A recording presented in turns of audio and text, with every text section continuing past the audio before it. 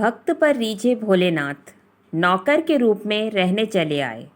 कवि विद्यापति पक्के शिव भक्त थे। कहते थे जो भी कविताई है शिवजी का प्रसाद है। भोले बाबा तो शीघ्र ही प्रसन्न होने वाले हैं। सो विद्यापति की निस्वार्थ सरल सहज भक्ति से बड़े प्रसन्न हो गए। शिवजी तो ऐसे रीझ गए कि उनका विद्यापति के बिना मन ही न लगता। एक दिन शिवजी एक निपट निरक्षर और गंवार का वेश बनाकर विद्यापति के घर आ गए। विद्यापति को शिवजी ने अपना नाम उगना बताया और कहा कि उन्हें अपने साथ रख लें, वह उनकी सेवा टहल कर दिया करेंगे। विद्यापति खुद गरीब थे, उगना को नौकरी पर कैसे रखते, पर उगना ने तो जिद ही पकड़ ली। सिर्फ 2 वक्त के भोजन पर तैयार हो गया। पर विद्यापति के लिए तो यह भी कम महंगा सौदा ना था। पर विद्यापति की पत्नी को यह सौदा मंजूर था। उन्हें लगता था कि उनके घर भी नौकर रहेगा तो समाज में थोड़ी उनकी इज्जत बढ़ेगी और परिश्रम घटेगा, और नौकर मांग भी क्या रहा है। पत्नी की बात मानकर विद्यापति ने उगना को नौकरी पर रख लिया। विद्यापति का नाम राज दरबार तक था। एक बार राजा ने बुलाया तो विद्यापति उगना को साथ लेकर राजा के दरबार को चले गए। सुनसान वीरान रास्ता था, उससे होकर चले। गर्मी की वजह से विद्यापति का गला सूखने लगा, लेकिन आसपास पानी मिलने का आसार ना था। ऐसा लगने लगा कि प्यास के बिना प्राण ही निकल जाएंगे। विद्यापति ने उगना से कहा, कहीं से पानी ले आओ, नहीं तो मैं प्यासा ही मर जाऊंगा। उगना बने भगवान शिव को पता तो था ही कि यहाँ दूर दूर तक कहीं पानी नहीं मिलने वाला। विद्यापति की नज़रों से हटकर कुछ दूर गए और वहां अपनी जटा खोलकर 1 लोटा गंगा जल भर लाए। विद्यापति ने जब शीतल जल पिया तो उन्हें गंगा जल का स्वाद लगा। वह आश्चर्यचकित हुए कि इस बियाबान में ऐसा ताज़ा, मीठा और शीतल जल कहाँ से आया, जिसका स्वाद गंगा जल जैसा है। विद्यापति को उगना पर संदेह हो गया। यह कोई सामान्य व्यक्ति नहीं बल्कि स्वयं भगवान शिव ही हैं। अतः उन्होंने उगना से वास्तविक परिचय पूछा।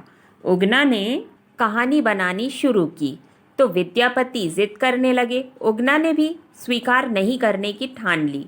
इस पर विद्यापति ने उगना को हे भोलेनाथ कहकर पुकारा और उनके पैर पकड़ लिए। उगना छुड़ाता रहा, लेकिन विद्यापति छोड़ते ना थे। हारकर उगना को अपने वास्तविक रूप में आना पड़ा। उगना के स्थान पर स्वयं भगवान शिव प्रकट हो गए। विद्यापति ने उनकी स्तुति की, शिकवे गिले किए कि हे प्रभु, आपसे सेवा कराकर जो पाप कर लिया है उससे तो जीवन ही नष्ट हो गया। शिवजी ने कहा, मैं प्रसन्न हूँ, मैं उगना बनकर ही तुम्हारे पास रहना चाहता हूँ, लेकिन किसी को मेरा यह रूप मत बताना। विद्यापति को अचरज हुआ, पर भोले बाबा का आदेश कैसे टालते। भेद छुपाने को राजी हो गए।